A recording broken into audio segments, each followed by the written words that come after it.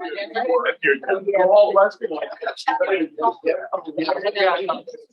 morning, Marge. No, I have to talk about food. Okay, food's a big deal. Don't you men all think so? Yeah, right. Okay. We have heard, and Ken doesn't even know this, but we have heard back, and we right now have about 24 people coming to the potluck next Sabbath. But we haven't heard from a bunch of you. So I've got, you know what? I didn't realize how small this print is. So you men may have to hand it to your wives because it's very small. But anyway, it's asking for your name and the number of people that you're going to be bringing and what you would like to bring, a salad, an entree, or a dessert. Okay.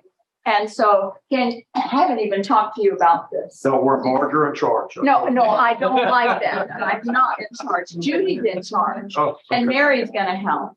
And Yeah. Linda's going to help that. Yeah. Anyway, All right. okay, we really would love to have you come. It's going to be here in this building, so you don't have to go a long ways or anything. Good morning. Wow, haven't seen you guys in a long time. What's happening? It's wonderful. Did you have a question, Stacy? Did you have a question? Are you talking about the one that's October 8th next week? That's what we're talking about. Because I thought that was supposed to be at Ken's house. No. Well, you need to keep up with things, sweetheart. I wasn't here last week. Was there a Well, change? okay, and then you need to read your emails because, anyway, it's fine. I'm sorry. No, we're gonna have it here, because we don't know, if it rains next week, it'll be a problem, you know, at Ken's house. So who hasn't sent something on email and want to come? And I will hand you these, and then you can get out your magnifying glass and read it. I am so sorry, I just printed it off from the, you mean you didn't send anything in? Nope. Boy, it's usually right on top of it.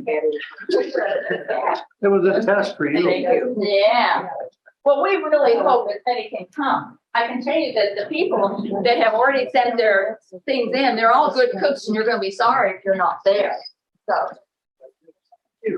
now, if you decide later that you're going to come, anybody else? Wow, I got handed out a bunch of them. Whew.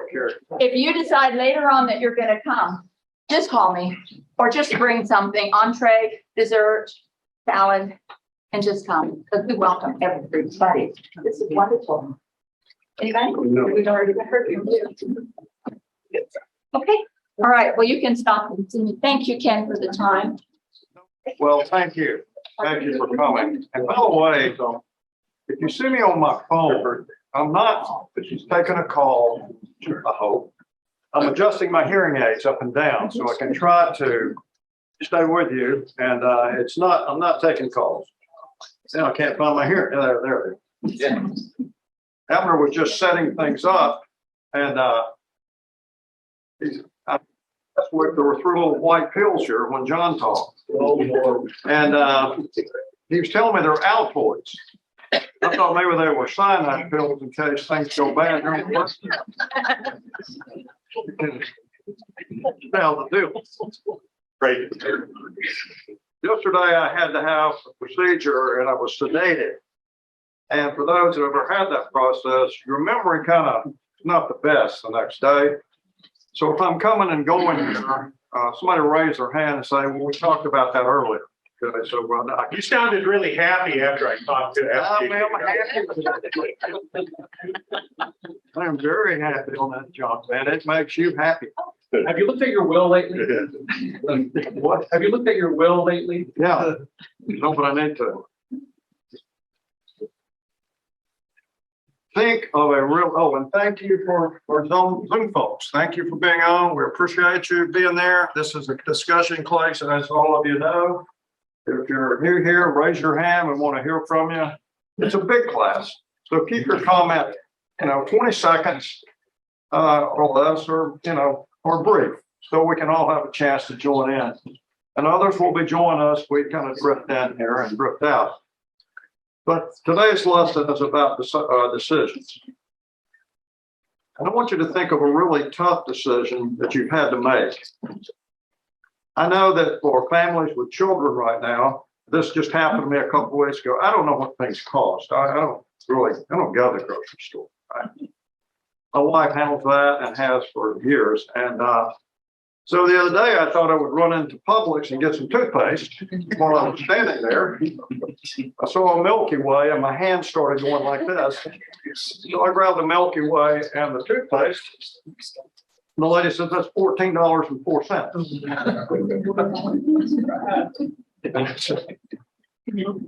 It's not like I'm broke, okay? But I said, are you sure? $14.04 for a Milky Way and this toothpaste? Yes, sir. I'm sure.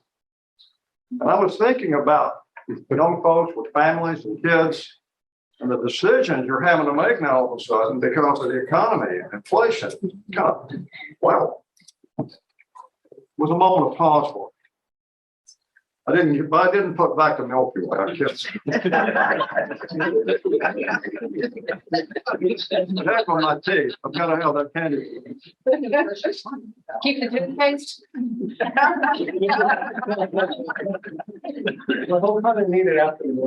Yeah. Think of a really tough decision you have to make. Factors you have to consider. Why was the decision so weighty or difficult? How did you come to this decision? What were the results of your decision? Could have been about a marriage.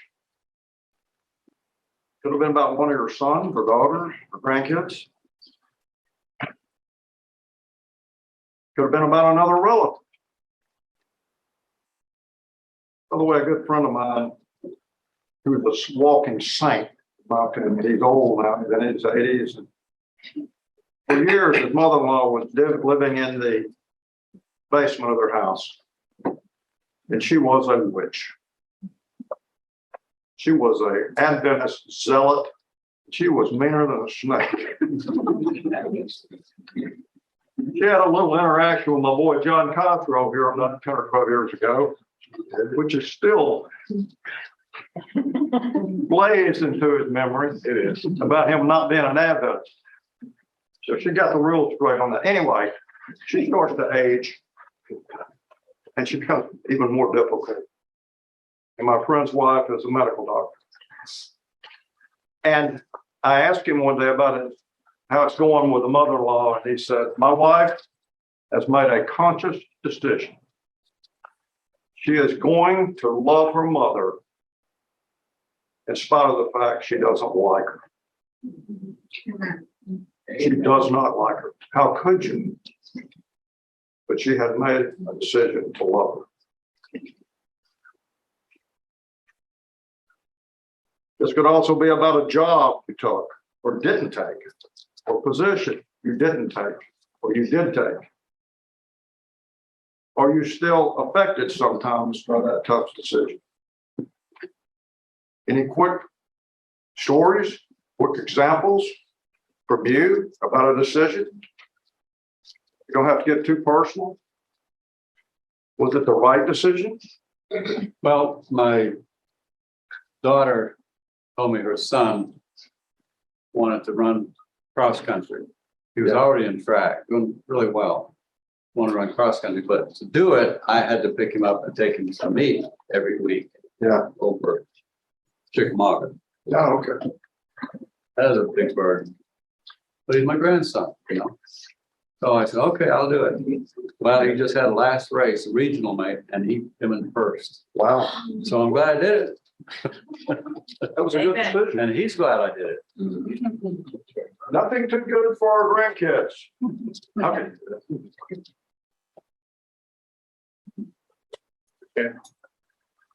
Yes, Ken. Ken's a new member of our class. I can remember his name today, even after sedation. Well, our most recent decision problems deciding to move down here. We had lived in my home state of Minnesota for 60 years after we moved back there.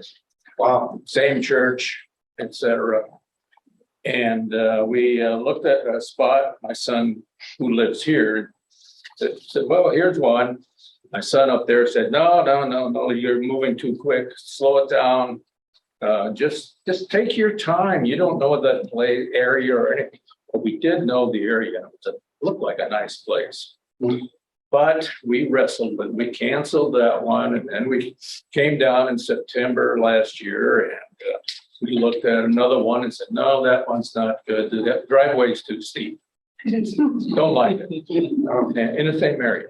So then we got another notice a little later and we purchased one in December. Oh, good. Now, the toughest part of moving down here is coming down to the heat. So I hibernated all summer. I had a situation to go. You said Minnesota, is that right? Yeah. And my biggest decision about buying a business there was the weather. I declined. It's wonderful. It's right across from Madison, Wisconsin, where we have a hotel. I want to tell you, when you fly over that city and you should pull out ice fishing. But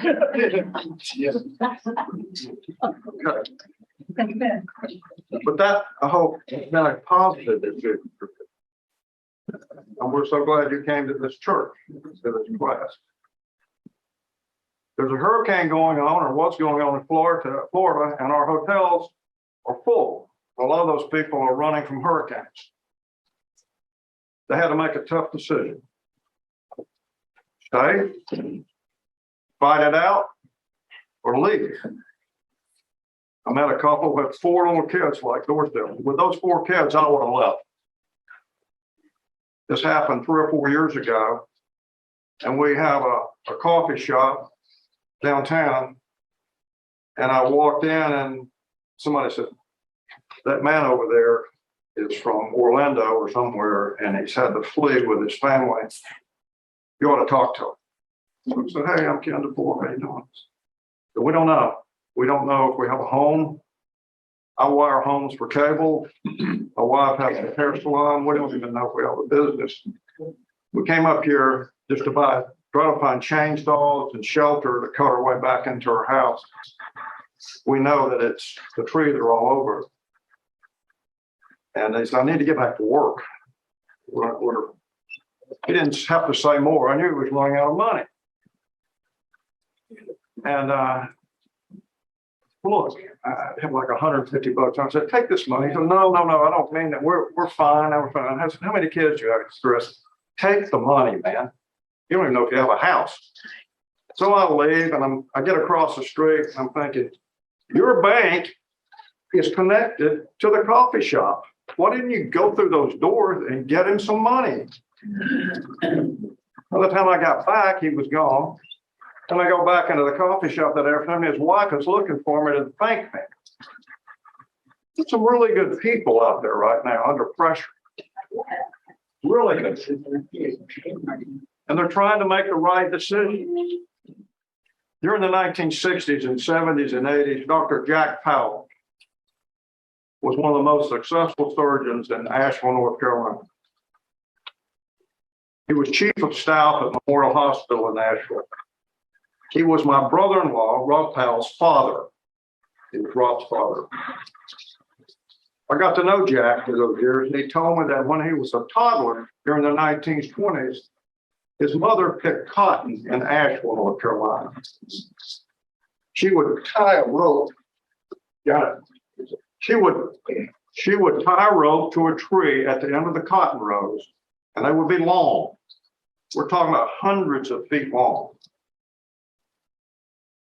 She would tie a rope to a tree, and at the end of the cotton rows, she'd put a blanket under the tree and then tie Jack's ankle to the rope so he couldn't toddle off.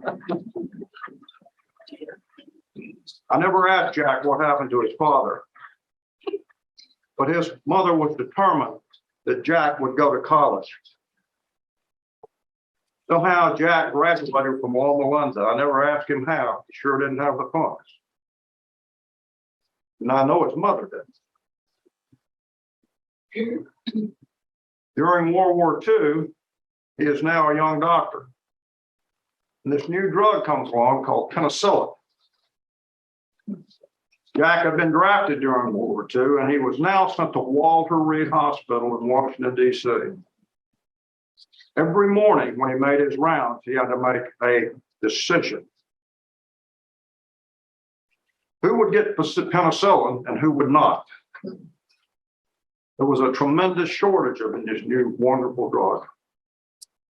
And here was the deal. Soldiers first, children first. The rest would have to wait, even though he stood there and he knew that just if they had the few shots of this drug, they would live. Just a week of it, they would live. But they didn't get it. For a young man in his 20s, he had hard decisions to make. Let's switch to our lesson today. Jesus was headed to Jerusalem for the Passover. This time it's a one-way ticket. He won't be coming back to Jerusalem. He won't be leaving as he's done before. He'll be crucified in Jerusalem. And in this lesson we're going to study today, Jesus is saying this is not going to be a picnic if you follow me. At times it won't be that easy.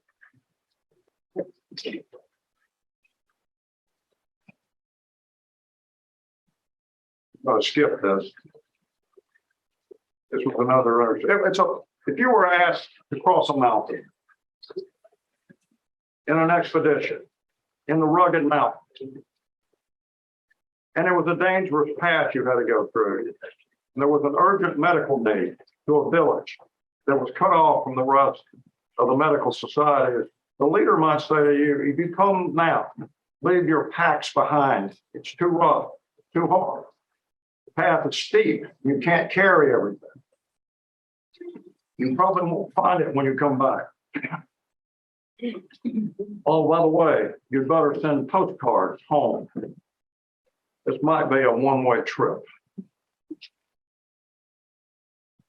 We might not like the sound of the exposition, but we get it.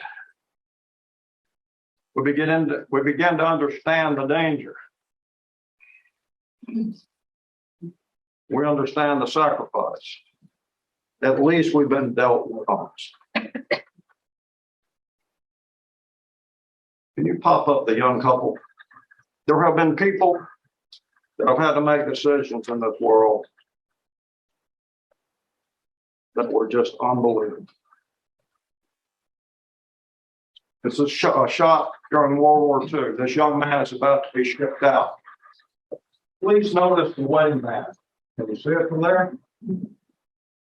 I noticed this Bulova watch. Does your mom have a Bulova watch? It's about all you could get in those days. Bulova. They know there's a big chance he's not coming back.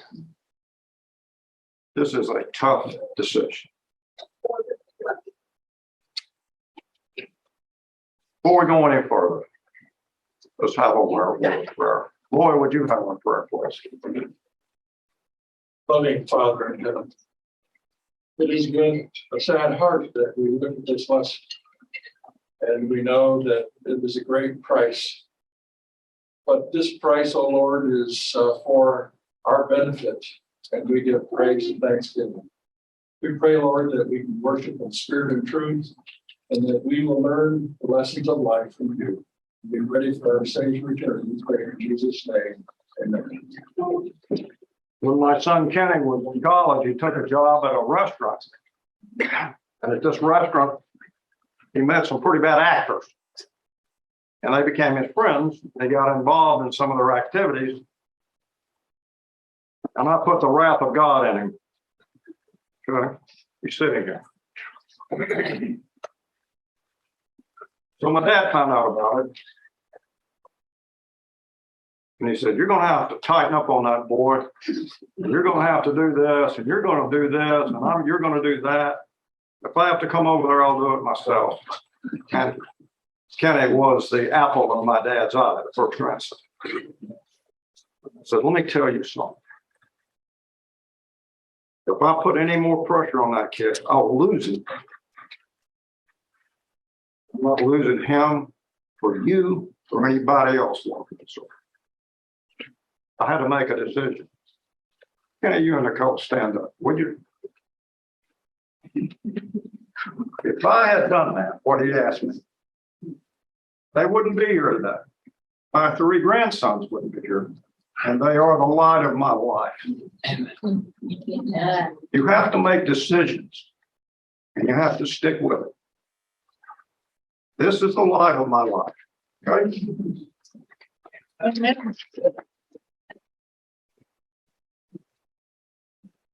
Those boys helped anchor me through the Obama years. I don't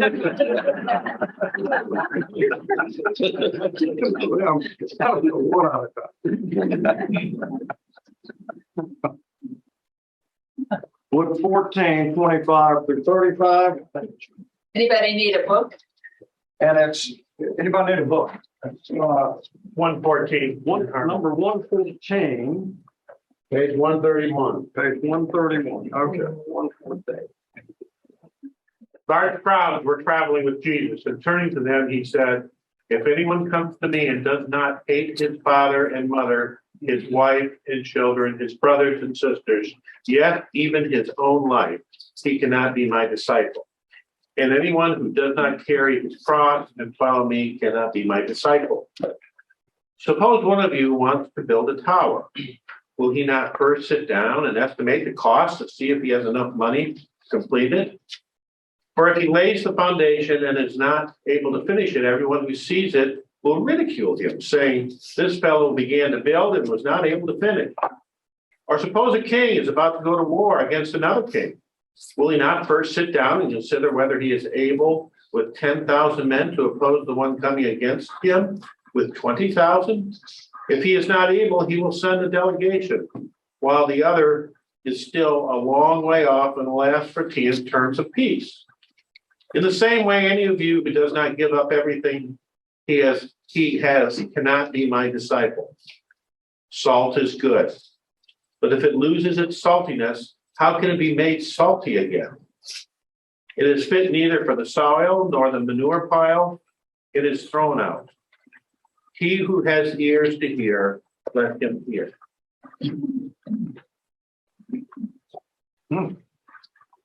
A large crowd is following, and you're thinking Jesus will now declare himself king of Israel. What do you think Jesus is so speaking now so clearly and so vividly to these people? This is hard, what he said.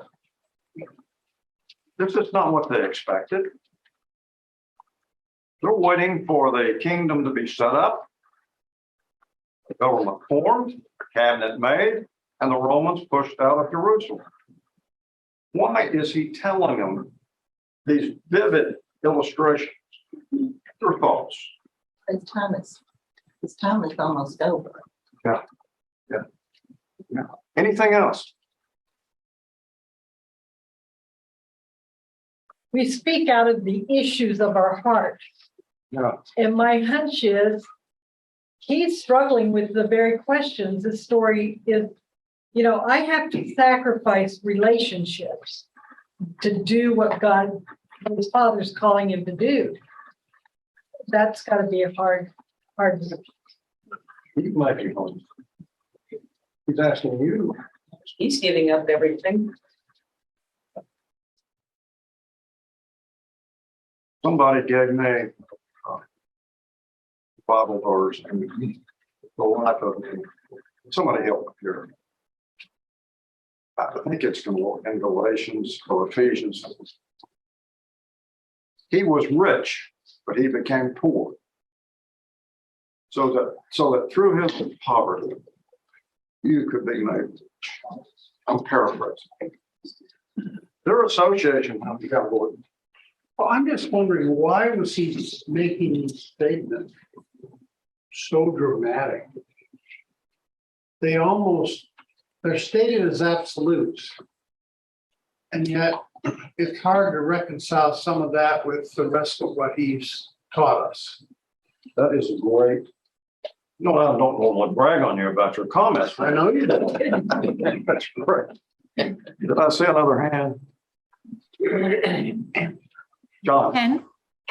So, Jesus, I think, was using hyperbole. Can you hear me I okay? can, but it doesn't matter about me. I want everybody else to hear. You got it, John. All right. This is somewhat like hyperbole, which is a figure of speech. It's not necessarily meant to be taken literally. What it is meant to do is evoke strong emotions. Yeah.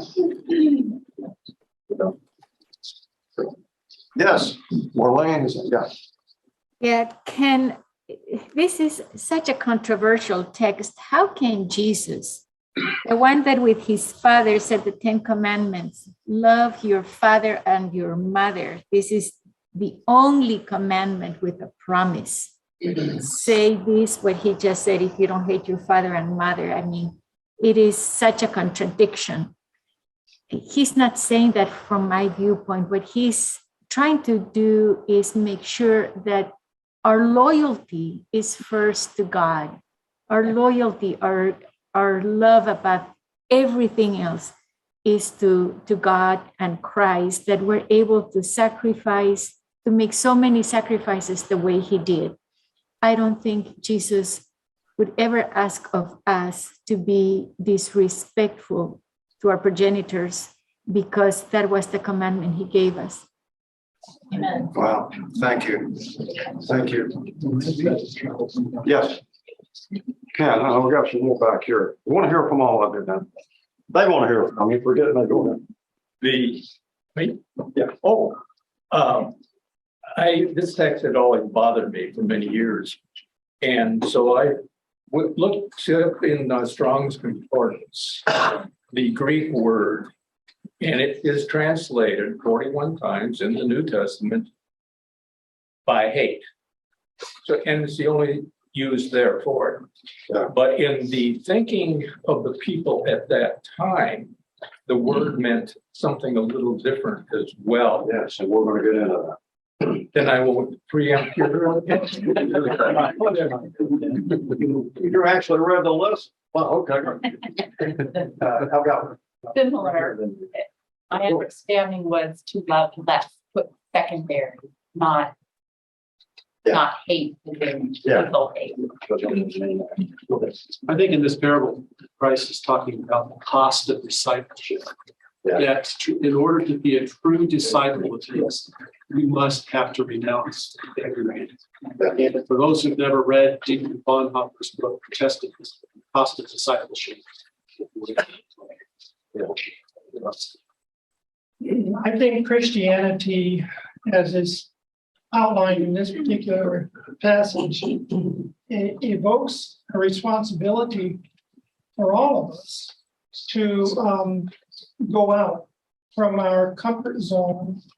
And whether you're a ship maker or whether you're a ditch digger or a preacher or a teacher, whatever you are required to go out of that comfort zone to reach the world. Yeah.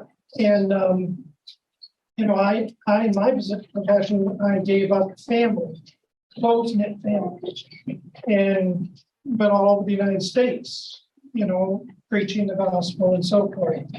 And I thought, what a sadness. I'm leaving my family behind. But I get back letters and emails saying what a wonderful impact, the ministry had. And to me, I gained so many more brothers and sisters in my lifetime than I would have if I had stayed in the cocoon of my family and my home setting. So on the one hand, there's a sacrifice, and on the other hand, there's a tremendous blessing. Wow.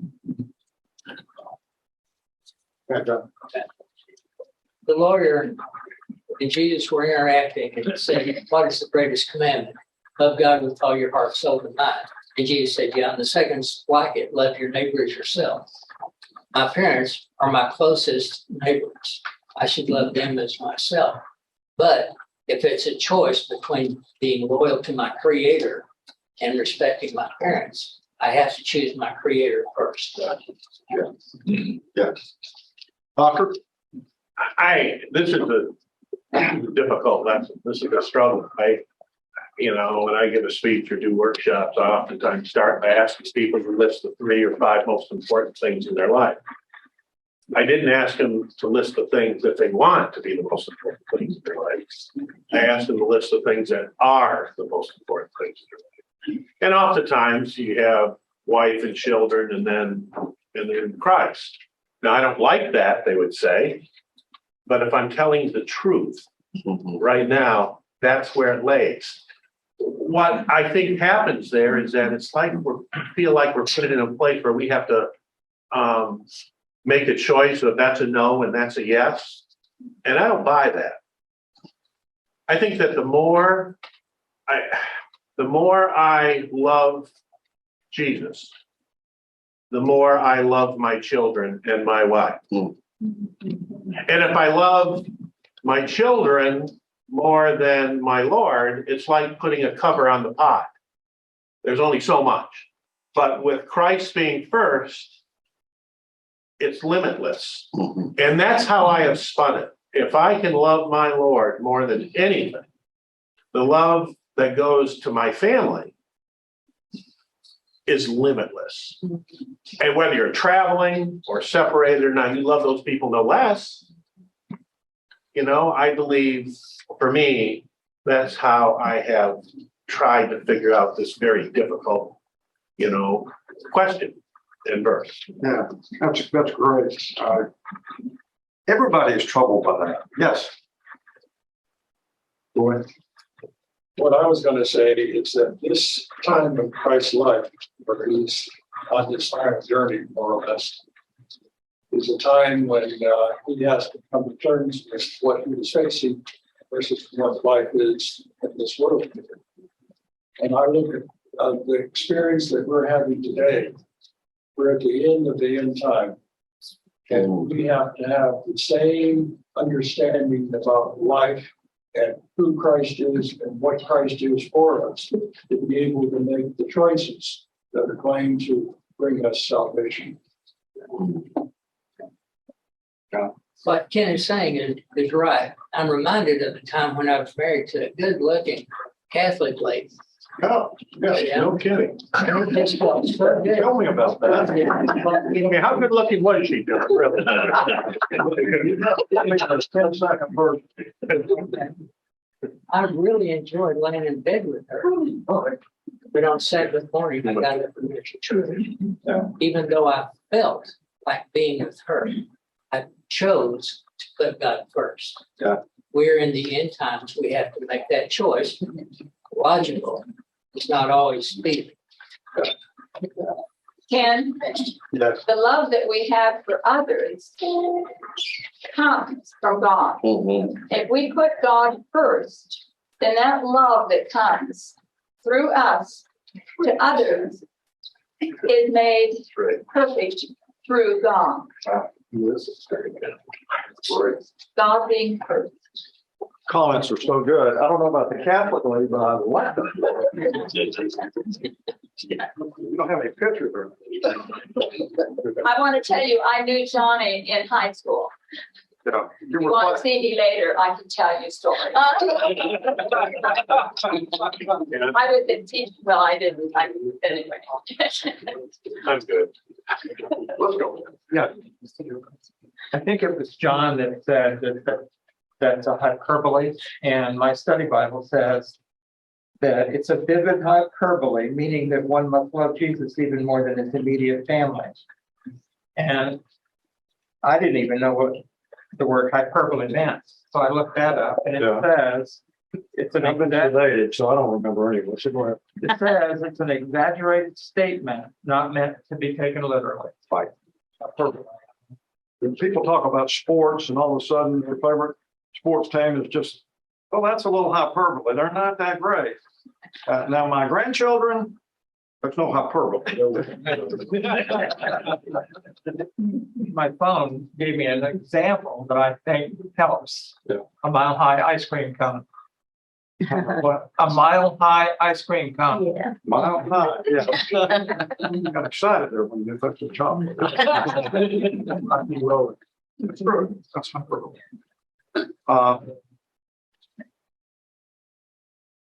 Gordon's question or comment. It's one thing that I thought about, that Jesus is running out of time. He'll be dead in 4 months. For 3 days, he'll be dead. That makes you sort of urgent about it, you know? And I was thinking, some people have commented on this, a related issue here, but I think he's warning these people. Oh, yeah. You know, you follow me into Jerusalem, you don't know what's gonna happen. Yeah. And it's gonna be a very sad tale. Yeah. Remember, James and John, the sons of Thunder, Doug taught this lesson about them wanting to be number 1 and 2 man and what's coming. You know, make us, we sit on your right side and left side. And Jesus saying, really? You still don't get what's about to happen, do you? You could be on my right and left side, but there'll be 2 thieves there instead of you. That's what my government is going to look like here in about 4 months. I don't think you really understand the right and the left side of me right now. Hate your father, hate your mother, your wife, your children, your brothers. This is what Ken was trying to tell us. Hate here does not mean what we normally think of.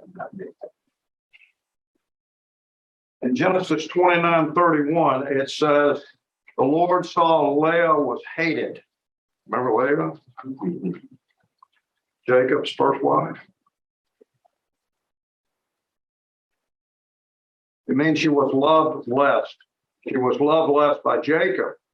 Remember how he was tricked into marrying on his wedding night? His father-in-law got him really drunk, snuck Leah in the tent. He woke up, and that's not the girl he thought he was marrying. He's got her sister. This is the one with the bad eye or something. We don't really know what her problem was. But it wasn't his first choice. He thought he was on his honeymoon with Rachel. He loved Rachel more. And by the way, I've always thought this was rather interesting. He was 78 years old on that night.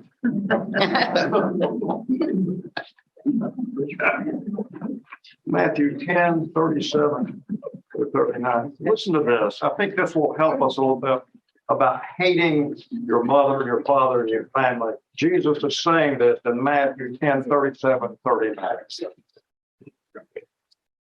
Anyone who loves his father or mother more than me is not worthy of me. Anyone who loves his son or daughter more than me is not worthy of me. And anyone who does not take his cross and follow me is not worthy of me. Whoever finds his life will lose it, and whoever loses his life for my sake will find it. Read it again, will you? Yep. Anyone who loves his father or mother more than me is not worthy of me. Anyone who loves his daughter or son more than me is not worthy of me. And anyone who does not take his cross and follow me is not worthy of me. Whoever finds his life will lose it, and whoever loses his life for my sake will find it.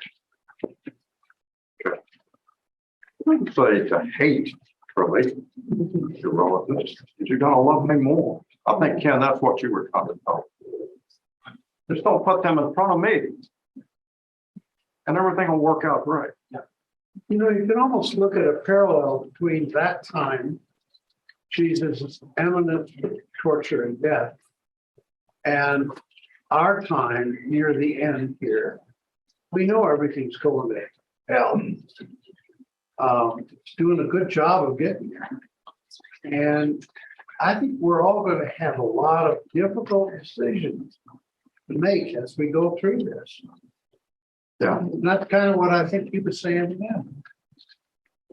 Time's running out. Yeah, John. Well, it makes me think of the text. I can't remember, like you, I can't remember where the text was, but it says that Jesus didn't value his position in heaven so much that he was unwilling to come down here. He put that behind him so he could come here. Now, that's not an easy decision. But he loved his father more. And his father wanted, he knew the will of his father, and so and he loved us more. So that he wanted to come down here instead of just having things the way they were up in heaven. And that's an amazing thought. Yeah, you make decisions. Yes. Go ahead. I think one of the great examples here of Matthew 12:37 is Abraham or Abram at the time willing to leave Haran, Ur the Chaldees, and renouncing all care. By faith. By faith. He left. Absolutely. All by faith. I'm not so sure it means hate your parents. I think maybe it means hate the influence that they have if they're drawing you away from Jesus. If you're making them more important than me in relationship with me, they're the wrong influence. Or anybody else. Anybody in your life. Yeah. Yeah, I think that if you had not put your arms around Kenny during those difficult times, there was risk associated with you doing it. You could lose your son doing that, but you still went ahead and did it. And so is that putting your father first? And I think it is. The other thing is that I do think we need to have a degree of patience here. Peter denied Christ after following him for 3 years, 3 times. Why did he deny him? I think it's because he was afraid he was going to get killed. Right. And so, you know what? He denied him. So who did he put first? But of course, he ended up getting crucified upside down sometime later. So we just have to, I think this is a process that we have to go through. Peter got there, but he didn't even have it at the crucifixion. But he got it. So will we, I hope. Yes, ma'am. I think the thing that strikes me is that Christ knows our heart, because when it says to hate the people I love the most, which I know put them second, but that's hard when you have children to put them second. And I've tried, God knows that that's going to be my struggle of commitment to him, full commitment. Is I put my children above me. I put my children above, not they, but sometimes. I try not to, because, there's a hierarchy, right? But I'm glad that God knows my heart, but I've told my children that, in the end of time, if they have a gun to my head and they say, you choose Christ or you choose your mom, I'm like, please don't choose me, because I can't choose you, but I want it to be like, people say, oh, say you're sorry and you don't feel sorry. Yeah. I don't want to be that person that says, choose God over your children, but you don't want to. You know what I mean? I think that's something that is, We have struggled with those this decisions. from since it was written. We'll go Ken and then. It was just mentioned that Jesus loved his father and obeyed him to come here. He loved us more than his position in heaven as well. That's how far his love, loving us. I can't get my hands around that, I was just thinking about how we all want to see our families in heaven. Yeah. But I've heard people say, if my children aren't in heaven or my husband's not in heaven, I don't want to go. Yeah. But that's seems to be making a choice. Yeah. And about this first of our lives. I think this is why we have classes. And we have to concentrate the Bible. You just can't hit this one day and walk off and say, I'm not doing that. You kind of have to research. You kind of have to read through the whole book to really understand what the message is. And if you go back from where we are in Luke here about hatred, and you go back to Matthew, he said, I'm saying you're going to love me more than your dad. Then he's coming to the cross for me. He's urgent. We're running out of time. I got 14 or 15 weeks. You say 4 months. That's really, you break it down into weeks. I got 12 or 15 more weeks with you guys. We're running out of time. And you still quite don't get it yet. Anyway, the Matthew thing, I think, sort of helps me when I read this because it's hard. Like, eat my flesh, drink my blood. If you just read that and close the book, you're not doing that. You're not some cannibal. It's against the law to do that.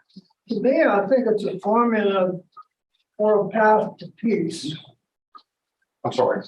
I think it's a formula for a path to peace. Yeah. The scripture says, I will keep him in perfect peace, whose mind is stayed on thee. And then all things work together for good to them that love the Lord and are all according to his purpose.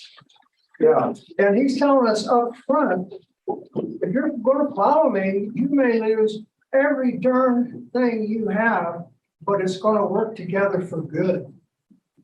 You can quit worrying. Another thing to put this in perspective, if we're having trouble with this, the Jews valued family above anything. To be a member of the Jewish family was to be given salvation. A descendant of Abraham was assured a place in heaven. Paul speaks of his gold-plated family pride. I was a student of Gamaliel. I sat at his feet. And now I consider it just a dung heap. Jews measured their future security, not in the bank, but in their family to take care of them. You want me to hate my dad? You want my children to hate me?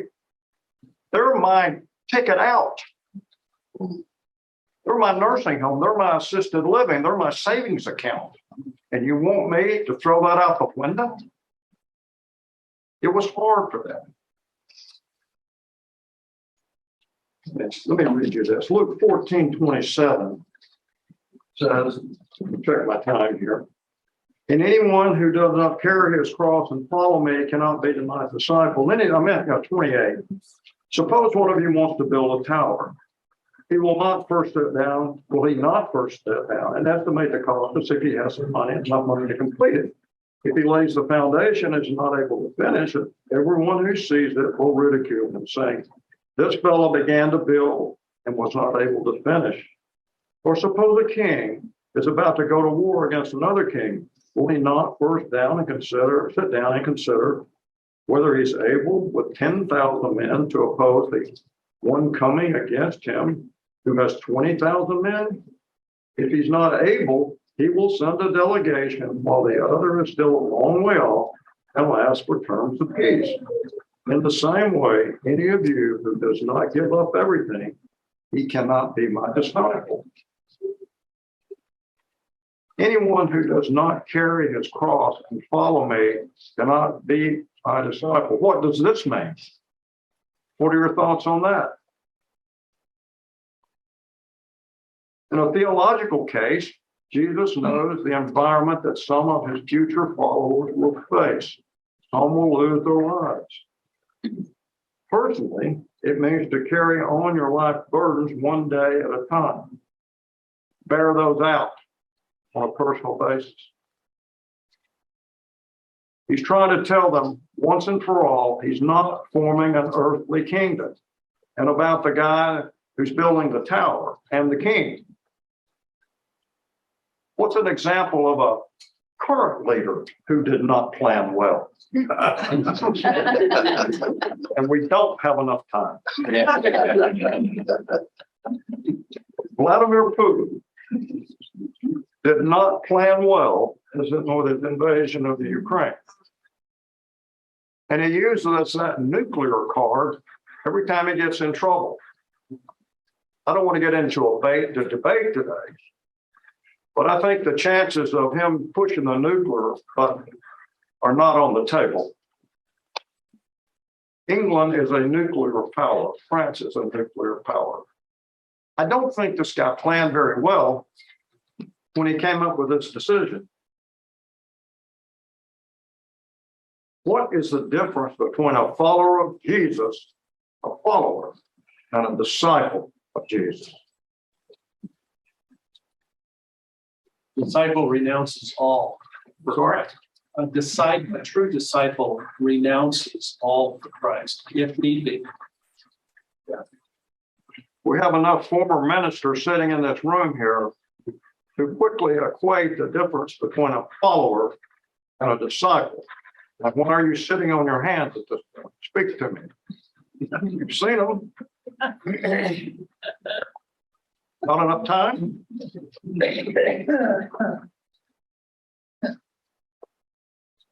Anyone can follow, but a disciple is disciplined. He is disciplined.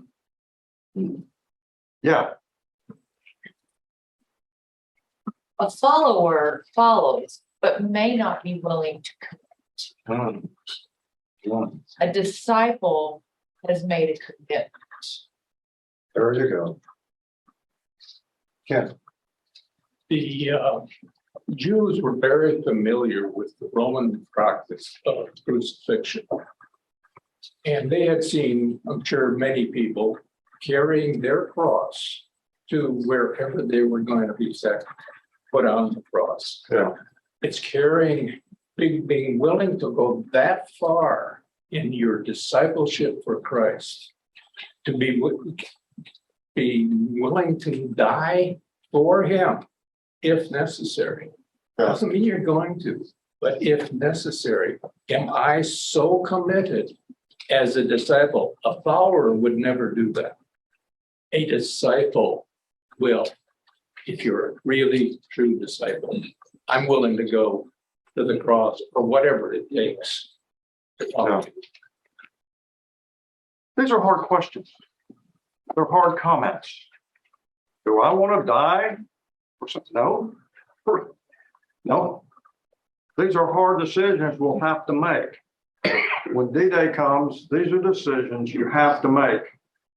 And there are many ministers on their deathbeds that have serious decisions, serious reservations, if they're really a disciple of Jesus. I think there's a crisis of faith for a few moments.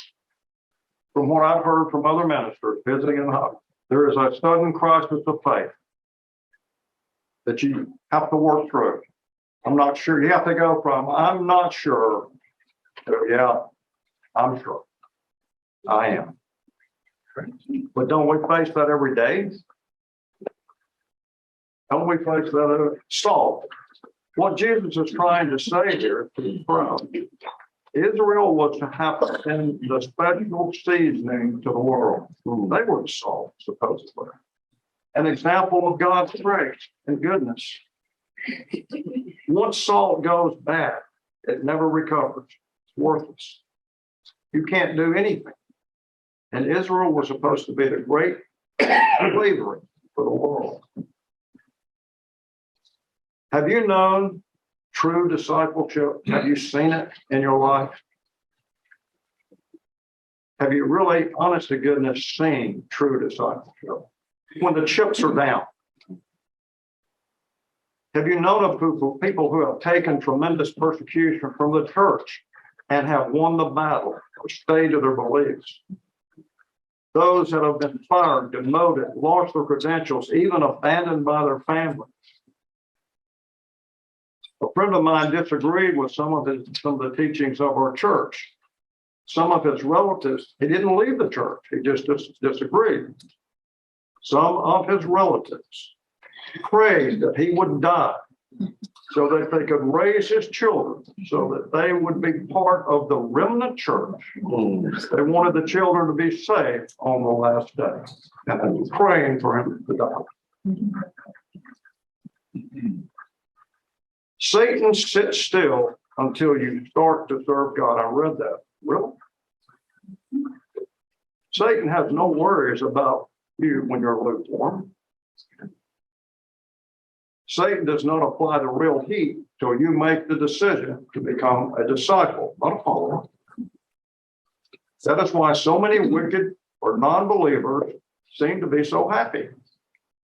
Leave wicked out of it. Just people who don't forget. I don't want to say who's wicked and not who's wicked. People who don't want to be that involved with the Lord or with their church or with their Christian people or any of them. They're Hindu people. They don't want to be involved.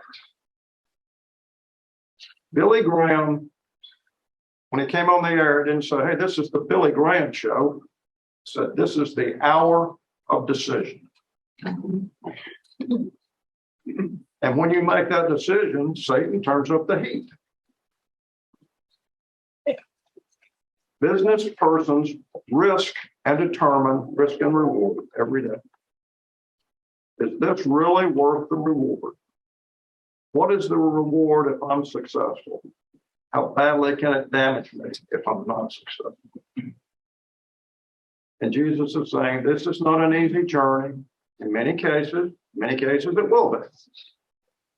You might lose some friends or family. It's not going to be a picnic necessarily every day. And you pop up the girls. I want to show you 3 girls. This isn't necessarily, I don't know if they were Christian or atheist. I don't know what they were. But they're 3 of the most amazing girls that I have ever read about, biblically or anywhere. And it happened in our modern era. That is Didi de Jong. In 1940, Germany invaded Belgium. Didi's father is a schoolmaster. She is trained in commercial arts, but becomes a full-time nurse to care for wounded soldiers and allied troops. She starts the comment line, C-O-M-E-T, comment line. This was to get downed allied pilots out of France and Belgium. Get them out before they're captured. And she would not accept help from England. England knew about this. They were trying to give her radios. Anybody who had a shortwave radio got captured by the Nazis. They knew how to go into the frequencies. And how smart they were, the Gestapo sent there after they captured them with a revolver to their head and say, everything's fine. Keep sending the supplies. Keep sending the people. And what did they do? Get your head blown off or talk. And Didi knew this was going on. No help. You send cash, no radios. She starts this comment line. And the Nazis are diligently trying to find out where she is. How about, she has 2 friends, Peggy Van Leer and Mary Lindell and Peggy Van Leer. Is this Mary? Anyway. Lear, that one. There's. Yeah, that's what we want to talk about. You're talking about a tough girl. Yeah. Peggy, when the heat comes from the Gestapo, they know it's coming. And they fly her back to London somewhere. They smuggle her up. And the Gestapo is cluing in on her. They get her back to London. And the big Secret Service guy in London at the time wrote, when I saw her walk off the plane, I fell in love that second. She never went back. Didi is captured in the middle of the night. The Gestapo put too much pressure and too many bullets and too many people. They started talking. She's captured. And she's sent to a concentration camp, Ravensbrück. Mary Lindell is finally captured and placed on a train to stand trial in Paris. She leaps from the moving train and is shot in the cheek and in the head and still leaps off the train, but she survives. She's taken to trial in Paris, and then she's sentenced. She's sentenced to the concentration camp. But unbelievably, she's now in the same camp with Didi, and she starts smuggling out medical supplies so she can save Didi. I mean, the Nazis were so brilliant and so stupid. They couldn't believe that these beautiful girls would actually steal knowing what would happen to them if they're caught. They get shot. She doctors or nurses as many people in the camp as she can, stealing Nazi supplies. They survive. And when the camp is liberated, Mary has her arm around Dee Dee, helping her limp out of the camp. They're both half starved. They made a commitment. Nothing changed. What is the cost of carrying my cross? The cost is on my knees. Or will I build towers without money? Or will I try to fight armies without enough men? Or will I make the bad decisions? Or will I be sculpted? One more story. My life is full of stories about people who have amazed me. Steve Gifford. Anybody ever heard of Steve Gifford? He was president of the Southeastern California Conference in California. In 1989, he was president of the conference. I've made no bones about my friendship with Frank Knittel, great teacher, former president of the school. I've made no bones about my relationship with Smuts Van Rooyen, the great preacher. That year in 1989, Steve Gifford found out that Frank Knittel was now attending the Riverside Church in Riverside, California, in that conference. He asked Frank to become the pastor of that church. A lot of discussion about it. Frank's very busy. He owns the largest Kawasaki dealership in the world, and he's head of the English department of La Sierra. He's on every board in Riverside. Just another day in paradise for him. He was a genius, but he was normal. He could handle it. Frank agrees on one condition, that he will be paid $1 per month, and that Smuts Van Rooyen will be brought back to the ministry to preach the sermons. There's one big problem. Smuts has lost his preaching credentials due to the actions of the then General Conference President, Neil Wilson. Smuts is still a member of the church, but he cannot be a minister. In 1988, before all this happened, Smuts is asked to speak at AUC. Can't preach. No preaching. But come talk to our students. Week of prayer. He just tells stories. He's a great storyteller. But he weaved it into the scriptures. A teenage boy is in college there and is so struck by this amazing speaker. He goes to his dad and says, "When will you do the right thing and let this man start preaching again?" And guess who the dad is? Steve Gifford, president of the conference. So back in 1989, Steve Gifford is contacted by the president of the General Conference and states that he has heard that Steve is considering letting Smuts Van Rooyen start preaching again. And he is told, tell Steve, that will not happen. That better not happen. So the conversations goes back and forth, back and forth. Smuts is contacted by Steve Gifford anyway, about getting his credentials back. Smuts has not preached in 10 years. He now has a PhD in psychology. He's been offered a job at the University of Illinois. And so the conversations are still not good between the GC president and Steve Gifford. And finally, Mr. Gifford says this: "Brother, you have to be reminded of how this organization works and how it was designed. You see, power comes from the bottom up, not from the top down. And we'll be happy to let you know our decision."